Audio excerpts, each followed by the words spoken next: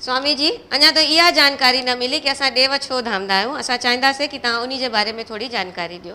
ॾेव छो धामबा आहिनि त मां तव्हांखे ॼाण ॾियां ॾेवनि जो मतिलबु छा आहे, अर्थ छा आहे।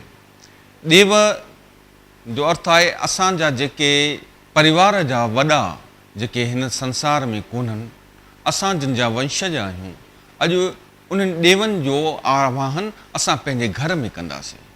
छाजे करे त शुभ विवाह जे शुभ उपलक्ष्य में असां सभिनी खे आमंत्रित कंदा आहियूं, मिटनि खे, माइटनि खे, पाड़े वारनि खे, दोस्तनि खे, मित्रनि खे।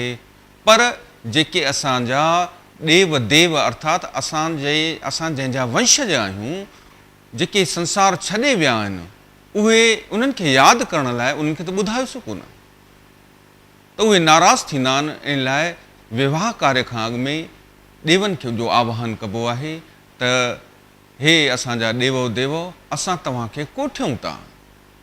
कोठण जो मतिलबु थींदो आहे आमंत्रित कयूं था, अॼु अचो ऐं अची करे असांजे घर में स्थापित थियो। तव्हांजे हिन ॿार जो अॼु शुभ विवाह आहे, हिन खे आशीर्वाद ॾियो जीअं हे गृहस्थ आश्रम में प्रवेश करे तव्हांजे हिन वंश खे अॻिते वधाए ऐं साण साण हिन परिवार जो नालो रोशन थिए, सद्गुणी बणिजे। आशीर्वाद ॾियो ऐं तव्हां अची करे हिते अची करे पधारियो ऐं कोठिया अचिजो। चवंदा आहियूं कोठिया अचिजो, अण कोठिया न अचिजो। अर्थात तव्हां जॾहिं जॾहिं असां तव्हांखे आमंत्रित कयूं, नींड ॾियूं, तव्हांखे मनायूं शुभ वेलनि ते, तॾहिं ई तव्हां अची करे असांजे घर में पधारियो ऐं असांजी संतान खे आशीर्वाद ॾियो। तव्हां पितरनि ॾेवनि देवनि जी कृपा सां असां सदैव अॻिते वधंदा रहूं। इहो भाव आहे ॾेव धामण जो।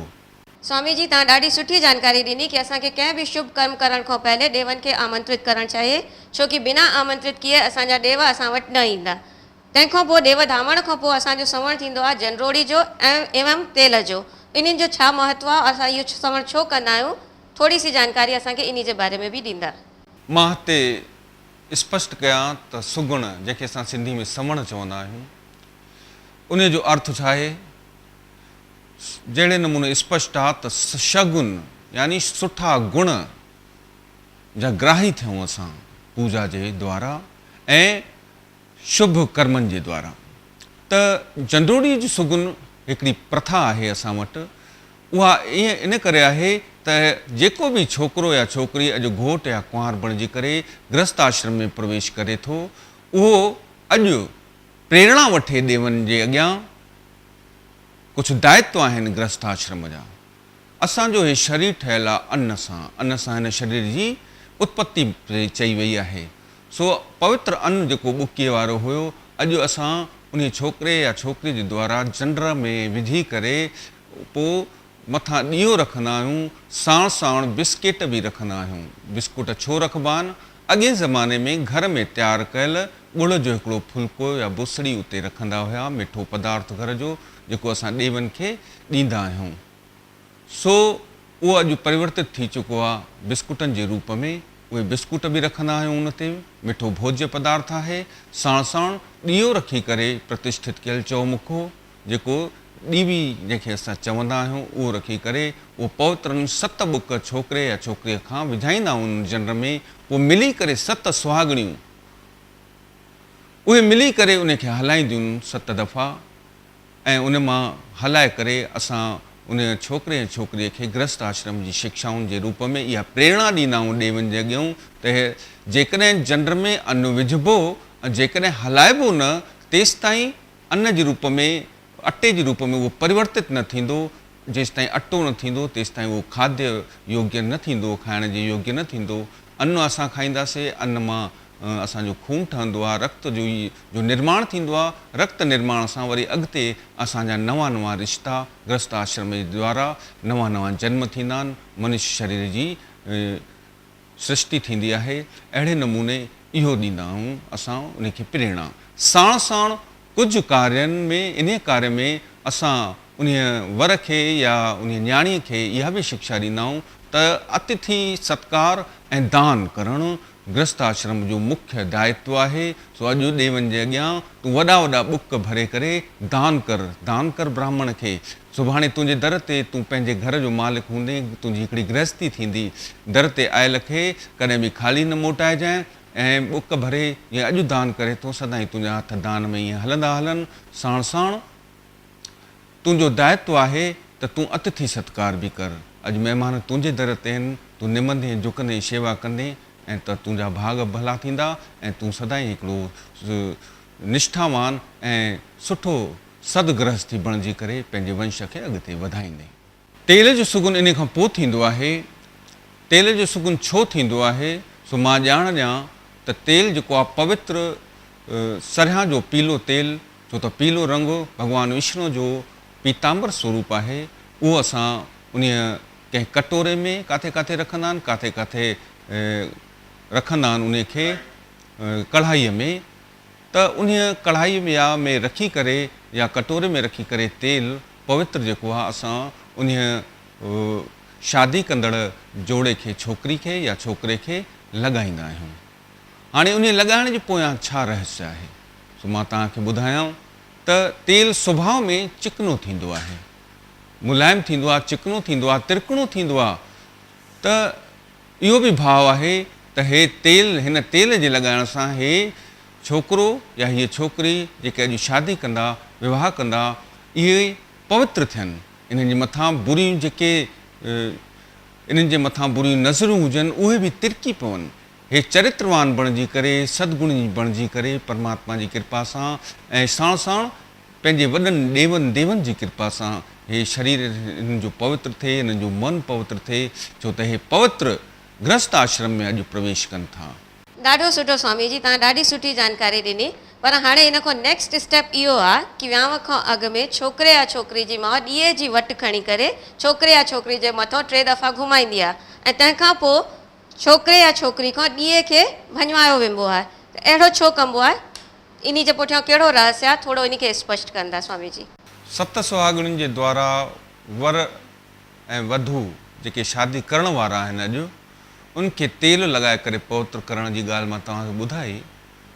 साण साण 3 जेके बत्तियूं हूंदियूं आहिनि उहे गिह में भरे करे असां उन जे मथां इन लाइ घुराईंदा आहियूं छो त अॼु श्रृंगार थींदो घोट राजा जो बि ऐं कुंवार जो बि। जेके अॼु शादी कंदा सुहिणो करे सुठे नमूने उन्हनि खे तयारु करे श्रृंगार कराईंदासीं। अॼु मतां उन्हनि जी सूंहं ॾिसी करे कंहिंजी आह न निकिरे या कंहिंजी नज़र इन्हनि खे न लॻे, इन भावना सां सुबती उबती ईअं कराए घोराए करे जीअं इन्हनि जे मथां उहा नज़र लही वञे ऐं हिननि जो कोई वार विंगो न थिए। ॾेवनि जे अॻियां असां इहो कार्य कराईंदा आहियूं ऐं ॾीओ बि भञाईंदा आहियूं वटि रखी करे, उहो इन भावना सां त जेकॾहिं हिन जे मथां अहिड़ी काई नज़र लॻी वई हुजे बि त उहा बि अॼु हिते भंजी पए, ख़तमु थी वञे, नष्ट थी वञे। ऐं हे असांजो जेको शादी कंदड़ वर आहे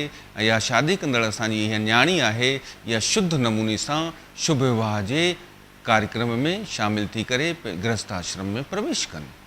तेल जे सवण जे बारे में पाण ॻाल्हायो, तव्हां जानकारी ॾिनी, पर हिकिड़ी ॻाल्हि अञा ताईं न सम्झ में आई कि कुझु परिवारनि में मंगलवार एवं शनिवार जो ॾींहुं तेल जो सवण छो न कयो वेंदो आहे?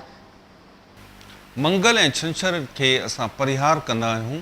उन जे पोयां इहो तथ्य आहे त मंगल ऐं शनिवार ते विशेष करे देवताउनि जे मंदरनि में देवताउनि खे तेल अर्पित कयो वेंदो आहे। मंगल ते भॻवानु बजरंग बली जे मथां तेल सिंदूर जो दान थींदो आहे। शनिवार ते शनिदेव भॻवान ते तेल चढ़ंदो आहे। सो असां इहा मर्यादा रखंदा आहियूं त अॼु असां जंहिंजो विवाह करे रहिया आहियूं, जेकॾहिं अगरि मंगल जूं 60 सुगुन इहे तेल यादि कयूं था त भॻवानु बजरंग बली जो अपमान थींदो। जेकॾहिं असां शनि जे ॾींहुं कयूं था त शनि भॻवान सां ऐं असांजी तुलना थींदी। देवताउनि ऐं मनुष्यनि में फ़र्क़ु आहे। देवताऊं पूज्य आहिनि, असांजे द्वारा पूजित आहिनि।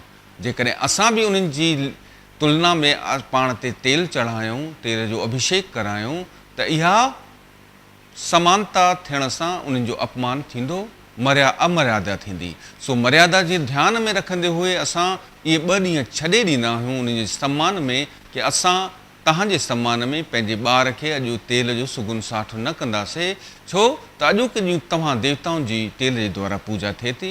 अॼु असां पंहिंजे शादी कंदड़ वर ऐं शादी कंदड़ न्याणी जे मथां तेल अर्पित करे अभिषेक न कंदासीं। इहो भाव आहे, इहो सम्मान आहे धर्म जे नाते। इन करे असां इहे 2 ॾींहं छॾे ॾींदा आहियूं। स्वामी जी हिन जानकारी जी प्रक्रिया खे थोरो अॻिते वधायूं और मुंहिंजी जानकारी चए थी कि दूल्हे जो श्रृंगार जेको थींदो आहे, घोट जो जेको श्रृंगार थींदो आहे उहो मुकुट सां थींदो आहे, पर घोट खां मुकुट खे छो लिकायो वेंबो आहे और ॾिख छो थींदी आहे और ॾिख जो कहिड़ो महत्व आहे, थोरो उन जे बारे में जानकारी ॾींदा। ॾिख जे संबंध में तव्हां ॻाल्हि पुछी त विवाह कार्य में घोट जे श्रृंगार जे रूप में ॾिख जो आयोजन कयो वेंदो आहे। इन आयोजन में असां मुकुट जी प्रतिष्ठा करे असां घोट खे सुहिणे नमूने मथे ते स्थापित कंदा आहियूं। विष्णु रूप सम्झी करे असां उन मुकुट खे घोट खे मथे ते पाईंदा आहियूं। हाणे इन घोट खां इहो मुकुट लिकाइबो छो आहे त उन जो रहस्य इहो आहे त हे घोट न इन लाइ न ॾिसे छो त हे प्रतिष्ठित थियण खां बिना हिन जे मस्तक ते न पायो वेंदो, तेसि ताईं हिन जी नज़र न पए, कंहिंजी ख़ासि करे घोट जी नज़र हिन जे मथां न पवे। सो इन्हीअ भावना सां उन घोट खां उहो असां लिकाईंदा आहियूं ऐं जॾहिं प्रतिष्ठा कंदा आहियूं तॾहिं मंत्रनि जे द्वारा असां प्रतिष्ठा करे उन विष्णु रूप स्वरूप सम्झी करे उन विष्णु स्वरूप न असांजे मुकुट जी प्रतिष्ठा करे असां उन जे मथां स्थापित कंदा आहियूं। मां इहा बि ॼाण ॾियां त इन खां अॻु में असां घोट जी भेण जे द्वारा चोटी कराईंदा आहियूं, साण साण ॻिटीअ जे रूप में मखण जो सुगुन बि कंदा आहियूं।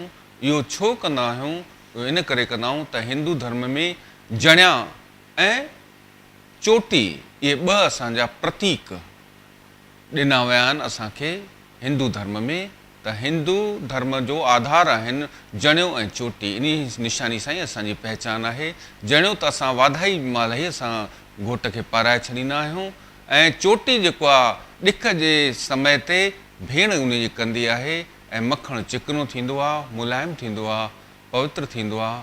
सो मखण जेको आहे उनखे चखाए करे असां इहो ईश्वर खां कृपा घुरंदा आहियूं त उन जो सुभाउ मिठड़ो हुजे, चिकनो हुजे ऐं सदाईं सुठो ऐं लावण्य में बणिजे ऐं गृहस्थ आश्रम में प्रवेश करे सुठे नमूने पंहिंजी गृहस्थी हलाए।